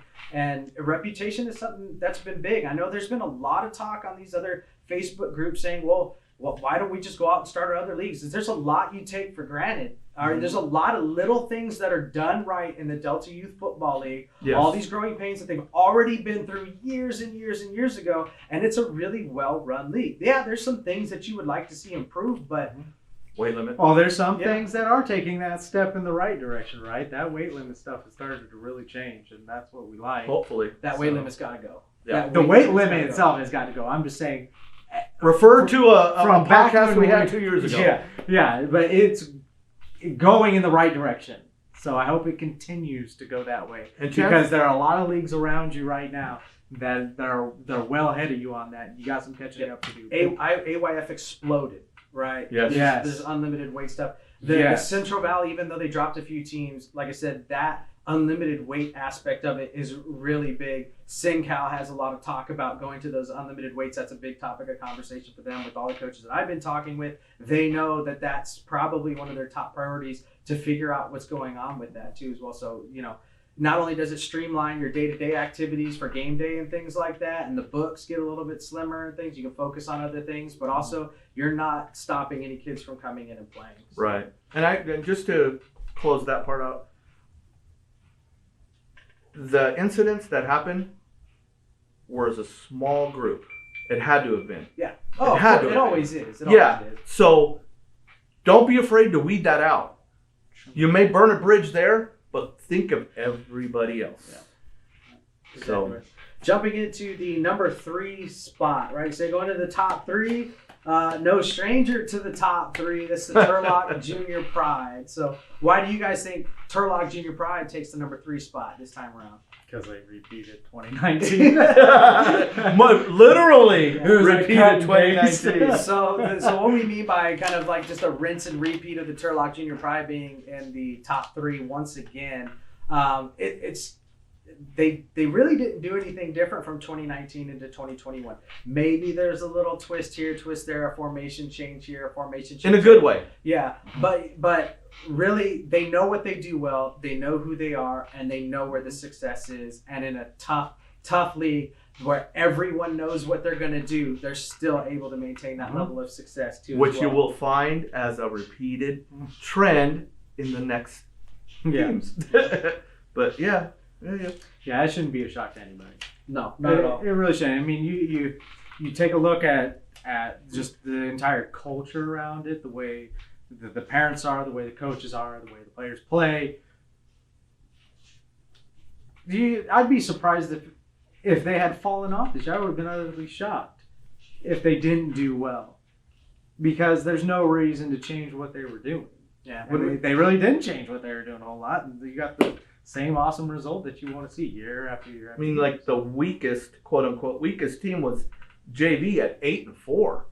Yeah. That's still a fantastic record. And if that's your weakest level, good gosh, And one of the great, toughest leagues. great job, Turlock. Yeah. You know, that's I mean, you a could good probably pluck franchise. that JV team, throw them into the other half of the leagues, and they run the table. Yep, I mean, because that's a very strong league. yeah. So I always like to talk about Turlock's varsity. The varsity, team. yep. Well, because we watched them when they were 11U, and then Yep. we you know, with the COVID skip of years, and we got to watch them there at the 14U level, which, by the way, some of these kids are probably going to come back next year at this varsity level. It just seems like, particularly for varsity, and shout out to those coaches because they all know themselves really well. They're like best friends. Like they've all been coaching for like we're not talking years, we're talking decades. Yeah. These coaches have been coaching against each other, and they know each other so well, and yet they're able to just reload every year and put together like just awesome teams that you're just like, holy crap. They're on the ball quickly. They know exactly what they run. They don't make mistakes like jumping off sides. This fumbling of snap stuff doesn't even happen. Not even, especially not in the postseason, but even midway through the season, these things are all ironed out and ready to go. Yeah, you don't see those mistakes. You don't see alignment mistakes. So you don't see get off mistakes. You don't see these things at these upper tier levels in these really, power leagues, baby, these power divisions that have these groups of really strong teams. You don't see that, and then it becomes kind of a really like a chess game between coaches and players, and you really like to see trying to bait them off sides or trying to lull them into a false sense of security defensively and taking advantage of that. You get to see kind of this cool back and forth that you don't get to see in a lot of other leagues. Well, that's props to the franchise that they get to retain these coaches and continue to put out very good teams. That's a prop to the franchise, the president, the way it's run, and because the coaches want to stay. I mean, it's just like, I bet you a lot of those coaches don't have a skin in the game. They don't have kids playing. Probably not. No, I Probably don't. not. They're in high school. Well, like they're not dad They coaches. graduated high school like kids. last year, and they're still in the youth level. Yeah. Well, now it makes you wonder now, especially with a team like Turlock Pride, what's happening at the high school level? This is kind of one of those rare instances where the youth level is like poking up, like, hey, why aren't you going deep in playoffs? Like, I just gave you like this loaded team. What's going on? That sounds awfully familiar. Yeah, this truckload of talent coming through, and it's like, okay, you didn't even get past first round playoffs. How come you have 120 freshmen come in and then you have a week? How come the Manteca Junior Buffaloes were one game away from state, and their youth teams are okay? Look at you. And they were dominating. You didn't get past first round or something, So that's a little frustrating, I would assume. But I would just keep it up. If other teams don't want to adjust to stop you, you keep winning. Ooh, keep winning. One big thing I want SinCal to do is talk to me first of all when we start next season. But you guys are some of the nicest group of coaches like I've ever had the pleasure of dealing with too as well. Because as much as I like to poke the bear every once in a while, hey, what do you guys think about this team? What do you guys think about the team? You guys never have a bad thing to say about any other SinCal team. You guys are like, oh, I love this coach. Man, he's a good coach. He runs this system and he's got a great group of kids and stuff. And it's like, you're talking about a team that's like 1-9. Like, no criticism at all. So it's always funny, but no, I love dealing with you guys. Modesto Broncos head coach, Turlock Pride's coach, Oakdale's coach. You guys are all like just top notch. Even former coaches that get online. Oh, I used to coach there. I'm at lunch or something like that. Right. Yeah. Totally. Even just going to the games, just the whole vibe. Yep, it's nice. It's nice. All right. So not all games are like that. No.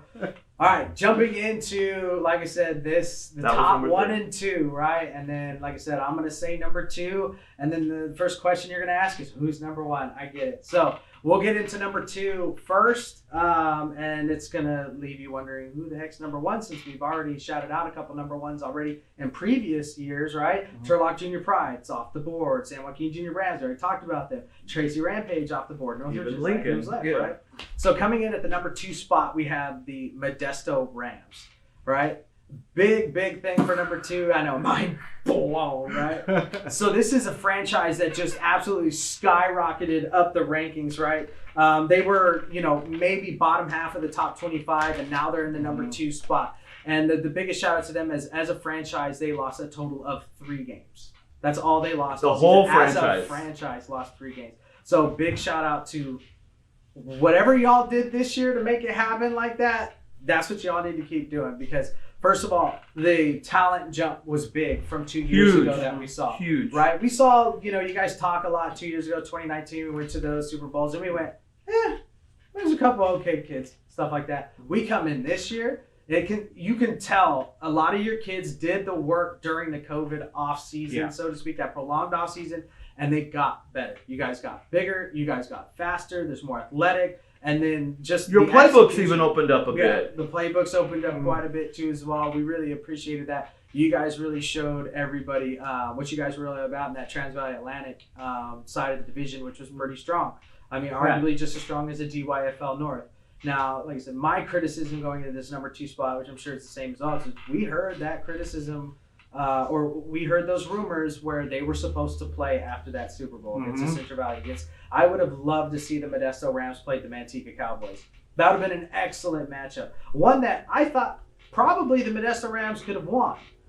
But I don't know why it didn't happen, and that might have been. And they're one of those 4 teams. That 14U team was one of the 4 teams. To be like, I'd really like to see them mix it up with these other guys. Now they didn't go to Vegas. That wasn't even in the cards, right? There's all this, and there's this the Turkey Bowl stuff where they go to Vegas. But none of like these teams really went anywhere. There was a handful that went, but not. But then obviously they didn't do too well because you didn't see anything on social media about it after. Yeah, and if there was something that happened, you guys need to let me know. Let me inside the loop too as well, because this is my holiday season. I don't do nearly as much research, which is still 10 times more research than any of you guys do. But I'm constantly prowling, like I said, online and those kinds of things to figure out who's doing what. But I would have really loved to see that postseason play after the Super Bowl. Go challenge, Manteca Cowboys. San Joaquin Junior Rams, if you feel disrespected at the 14U level, I'm sure you do with the rankings, go play somebody, right? After the Super Bowl is done. Same thing with Tracy Rampage, Northwest Trojans. You feel like you need a little bit of revenge too as well, because that game was really close. Any given Saturday, so to speak, that could have been different. We want to see those teams play each other. And same thing with all the other levels. The 12U levels, the 10U levels. There's a lot of matchups where like, oh my gosh, this team would do great against, some of these other teams. There's and we got a lot of the ages don't always line up because there's 10 U's compared to 11 U's or 9 U's compared and to weight limits and blah blah blah. But certain X-Men rules in some leagues. I don't think it's that big a difference as people are. And no. Well, we already did a whole thing about age versus weight. Right, but then we got the privilege to watch the scrimmage of Rams and Trojans. Theirs didn't line up exact. So it's doable. Very doable. And that was a great game. That was a scrimmage. It was awesome. It was a scrimmage, but it was really good to see the competitiveness, the rivalry. That was so great. And there was a lot of snippy, chippy stuff. You expect that from across town. Right, but it was, okay, after the game, hey, good game, hugs and stuff, because you guys are going to school with each other. You're going to be teammates probably. Yep. But that rivalry and that scrimmage was the best thing you guys could have ever done. I think it really brought both your levels way up. And shout out to Julius. Like I said, don't worry, I'm going to get you that little player highlight because you absolutely 100% deserve it.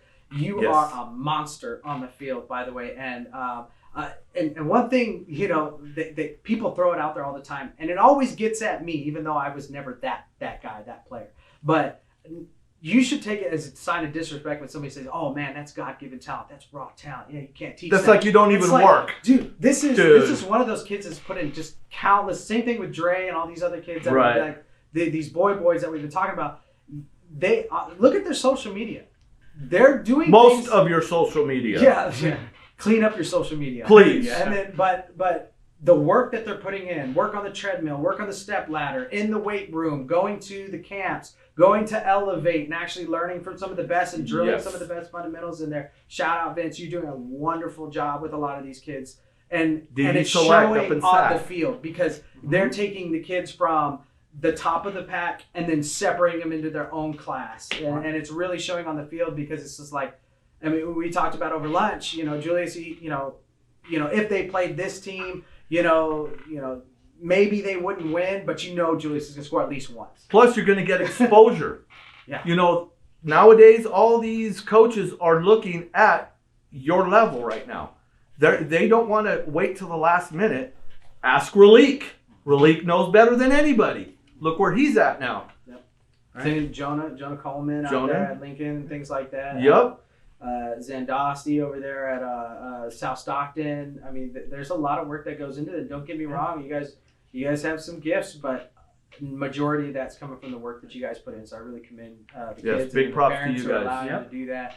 The parents that are driving them to the parks, and setting things up, and That's expensive. it is. Well, you're taking time. You got to get off work at time. You got to go do this, and And the you put in motivation, the hours. the motivation isn't always there either for the parent or for the kid to put in work that you're just not going to see the payoff until what 6, 7, 8 months down the road. If you're lucky. And if you're lucky, it's not even a Right. guaranteed thing too as well. So I mean, there's a lot to be said about the mental strength of Right. it all too as well. But one thing, please, guys, be a kid.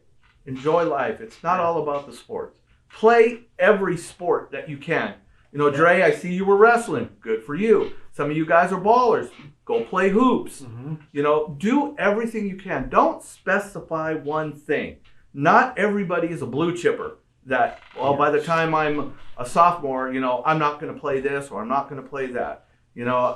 Unless you're that guy, and if you're that guy because you're having conversations with coaches. Hey, I noticed you're getting letters already. I could see that. But, enjoy your life. Play every sport. Be a kid. Yep. Definitely play every sport. If you have a coach that says, no, you need to focus on one thing. Again, Pull on that coach. You should definitely question that for sure. Because that's him being selfish. Yeah, there's a lot of multi-sport athletes. I don't want them getting hurt. It's like, give me a break, man. If you have to dive. Do something different. Dude. Not cool. Yeah. I won't tell you what the motivation was for him diving, but I think you can get it. That's Show the my rest- shoulders got really big. This is the timing, right? Sure. Bravery. All right, finally getting into Sorry, the guys. number one ranked in our Empire Top 25, the moment you guys have all been waiting for. This might be a surprise to people watching, but it's really not that big of a surprise for us. Number one spot, Oakdale Stampede. So why do we think Oakdale Stampede? Because they're baller. All of them. Every single Granted, level. they lost a Super Bowl. In the 14U, but they won their 7U level. They won a Super Bowl against the Los Banos Wildcats. Mhm. So they did pull off one Super Bowl, and they sent 3 of the 4 in the SinCal. Very strong league. The strongest, at least this year, was the strongest side of the SinCal in the AFC. And this year. And they had to beat some really good teams for sure. Turlock Bulldogs, those are big ones. Buhat Colony's a big team that they had. Unfortunately, they lost the Super Bowl. It was a really good Modesto team. Broncos, It was only played on the half, other so side, there's some debate to that, I'm sure. But to scoop up a win at the youngest level, and then to continue to battle at the 14U level against a very good Turlock Junior Pride that you just didn't come off. Yeah, I know, battle. It's unfortunate because I think the most unfortunate part about that is you guys lost the same way twice. And that's It was. that hurts. It does hurt. And I lived in Oakdale. I was a huge Oakdale fan. I go to the games, and the tri-tip's amazing. And I love Shout out Oakdale. Tri-Tip. Shout out. Tri-tip and old-fashioned wing tea. Yeah, sign me up for that. And then it's the same way. Yep. Damn. So could that possibly? So one of the biggest strengths that Oakdale has is the stability. We talk about the stability of franchises, but the stability of SinCal, the coaching, the systems that they have. Oakdale is one of the very few teams that still runs the same system from 6 years old all the way up through 18 and 19 years old. Like literally the same exact system and wording and verbiage all the way up and down. Is that part of the downfall, whether they only came away with 1 Super Bowl rather than coming away with 2 or 3? Yes and no. Because yes, it's good because they run it and they do it well, and they say, stop me. Well, you had somebody that stopped you twice. So that's just learning to branch out a little bit. I would argue it might not even be that. The offense, they didn't get skunked in the Super Bowl. They still put up points. So moral victories are good? Defense, no, not even close. Defensively, nope. Defensively, there needs to be a shift there. If there was one thing that I would change about that Oakdale franchise, is defensively. So it's not at the level your offense is, because you watch the offenses from the lower levels up, and they produce. Even when they're playing against teams like in the SinCal that are really strong, that have a lot of talent, sometimes way more talent than Oakdale Stampede, and they're still hitting edges. They're getting the first downs. They're getting the points on the board. It's just defensively, it just seems like some So of these games aren't they running get away from them. a 43? Well, you can call it that. Yeah. I haven't. I've seen some 53. I know at the Yeah. older level sometimes they go to the 44. The defense is not as routine as their offense is. That's Right. for sure. Right. But you there's can't be because, okay, you're making your stamp Mhm. offensively. This is Right. what we run.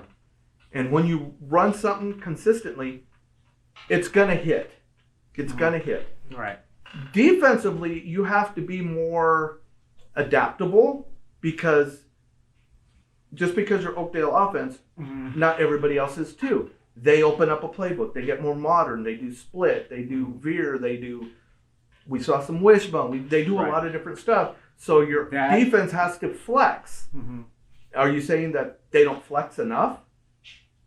Part of it is I don't think they get outside. I don't think they expose themselves. They don't get beyond the ego and the pride to ask somebody how to stop something. And sometimes you could ask a really good friend, like, hey, you run power eye play action. These coaches are good friends. And they're good. No, yeah, definitely. Right? All that separates them is What do you a picket want? fence outside. Like, you can really, I mean, there are a lot of teams that do some really great things, right?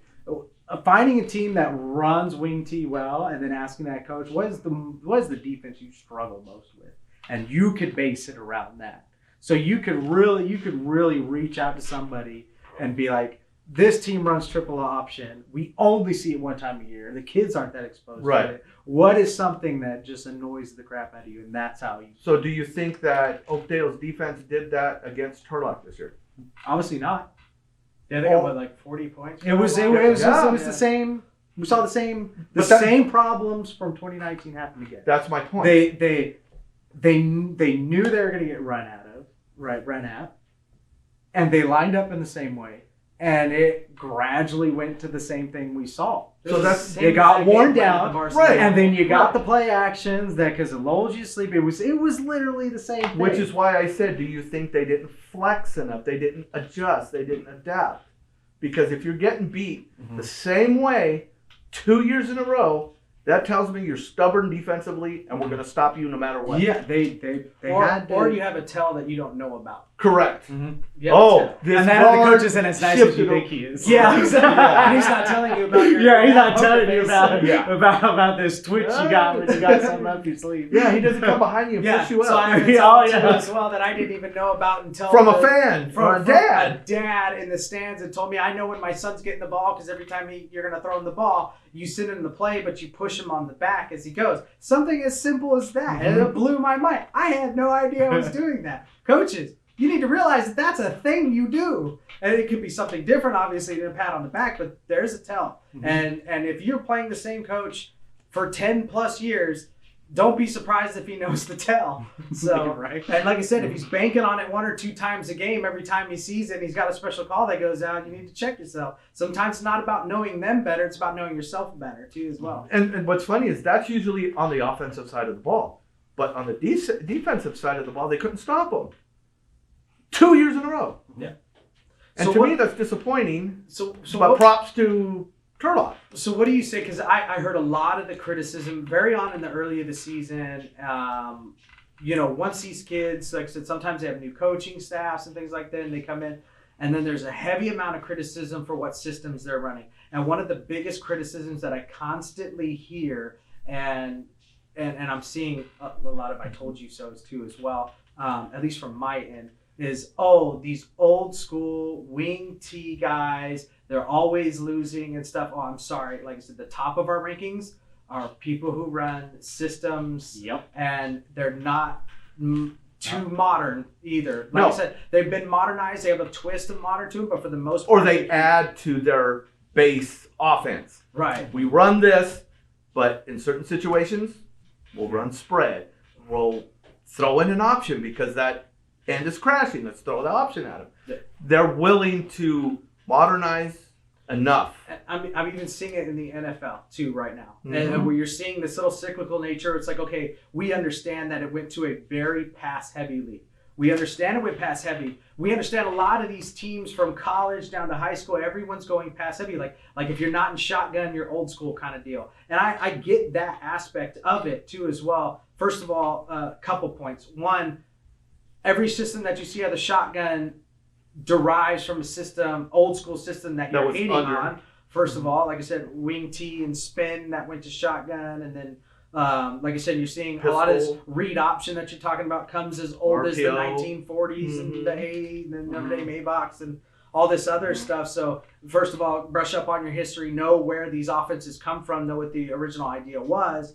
But then another thing too is we're coming back to these old offenses, whether you like it or not. Okay, Baltimore Ravens running a lot more. Well, 49ers running a lot more outside. Look at the zone. Patriots. Patriots They are passed back to the 3 ground. times. You're seeing a lot of teams now going back to the ground game. You know, Indianapolis Colts, James Taylor, all this other like running backs are starting to be a thing again. I expect to And see they're the fullback shifting come back too. away from zone blocking to back to more of the man on man. That counter tray action that we see a ton Yes, of now. yes, and the downs and the kicks and Right. And I think traps and- with yeah. these youth levels that are holding on to these old school offenses, they're still successful. And it's still a system that you can teach your kids. It's a systems that are that they can pick up relatively easy. There's a set of rules. It's not just that system that they need to learn. They just need to understand how systems work. Because those So are the that they- base systems of everything else they're going to learn. Right. So they learn this system. It makes them more prepared to learn new systems when they go to high school, new systems when they go to college. Absolutely. As long as you run a system, you're never going to see any hate from me. But Right. don't hate on a system. As long as it's a system. System usually has... Well, there's a reason why it's a system now. It worked. a system And is you not look your at- Madden playbook, by the way. It's not 20 formations and 3 plays. That's not a system, okay? You have a system is a series of plays that builds off of one another, right? Whether Yes, it's one manipulated by sets up formation something else. or play. Yeah, Yes. exactly right. So it's not that I hate shotgun. No, there's plenty of good stuff out of shotgun that I love, right? And it's just one of those things that, like I said, if you have one play that builds off another or certain formations where you can see a manipulation or a scheme that's happening from a coach's point of view, that chess player point of view that maybe some fans don't see. But yeah, that's just my call out too. And I think that's why Oakdale Stampede in particular remains in the top category. And that's probably why they get number 1 this year. That's why you as don't well. see Oakdale just come out and run a counter right away. Well, why are you running a counter? What set that up to make the defense think it was going to be one thing and then you ran the other way? You know, that's... Yeah. And we saw a lot of trap in SimCal. And a lot Right. of the trap was because of how aggressive Turlock Pride comes out, how aggressive Oakdale comes out, the Bulldogs, Modesto Broncos, they all ran a trap because it's like SimCal seems to be very downhill this year on the defensive. They're attacking, they're blitzing, they're doing a bunch of weird things up front. And you know what? The trap is about as old as it gets, but it works. And we saw that really work with that Turlock Pride Oakdale Stampede varsity game. That trap was the best play for both teams. every time.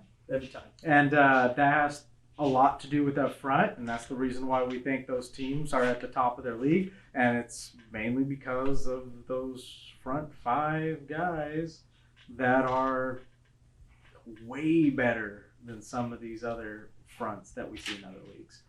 Technically, fundamentally, and really just plain attitude is on another level. So if you're really looking, and I know a lot of coaches, preach that, linemen are going to win it for us, and you try to give them glory and everything, but when it comes to practice time, you're sitting there in the gun, throwing the ball everywhere, and you're not doing your fundamentals with the linemen. We did see that really stood out. When you see lines in certain teams stand out, you're like, coaching. They understand. That is a big tell that separates a lot of good coaches. That's what we did a lot. We didn't just watch the game. We watched the warm-ups. We watched what they were doing on the field. And when you see line off to the side running EDDs and running them well, we're like, okay, we're going to watch that line when they come out. Yep. And get to the next level, bam, Right. quick. And most people are looking for size, right? Oh, Right. that team is bigger in warm-ups. Oh. And that team's probably going to be the one. In this that wins case, size round. really didn't matter. No. It's when you But St. watch Cloud what's was pretty happening. big, though. They were. They were pretty big. Yeah. So, Yeah. all right, just to kind of cap everything off, congratulations to the Oakdale Stampede for being like I said, our number one team in the top 25 as far as franchises go. Big thank you to Coach Ralph, Coach Mike. Thank you guys for doing this again this year. I Absolutely. really appreciate it. I hope you guys enjoyed it. If you didn't, I still want to hear about it in the comment section. Please comment below. Tell us what we got right. Tell us what we got wrong. And we look forward to seeing you guys. There are more big things to come. Like I said, next year. Hope you had a great Christmas. Have a safe and wonderful New Year's, and we'll catch you guys all next time. Thanks. Thanks, guys.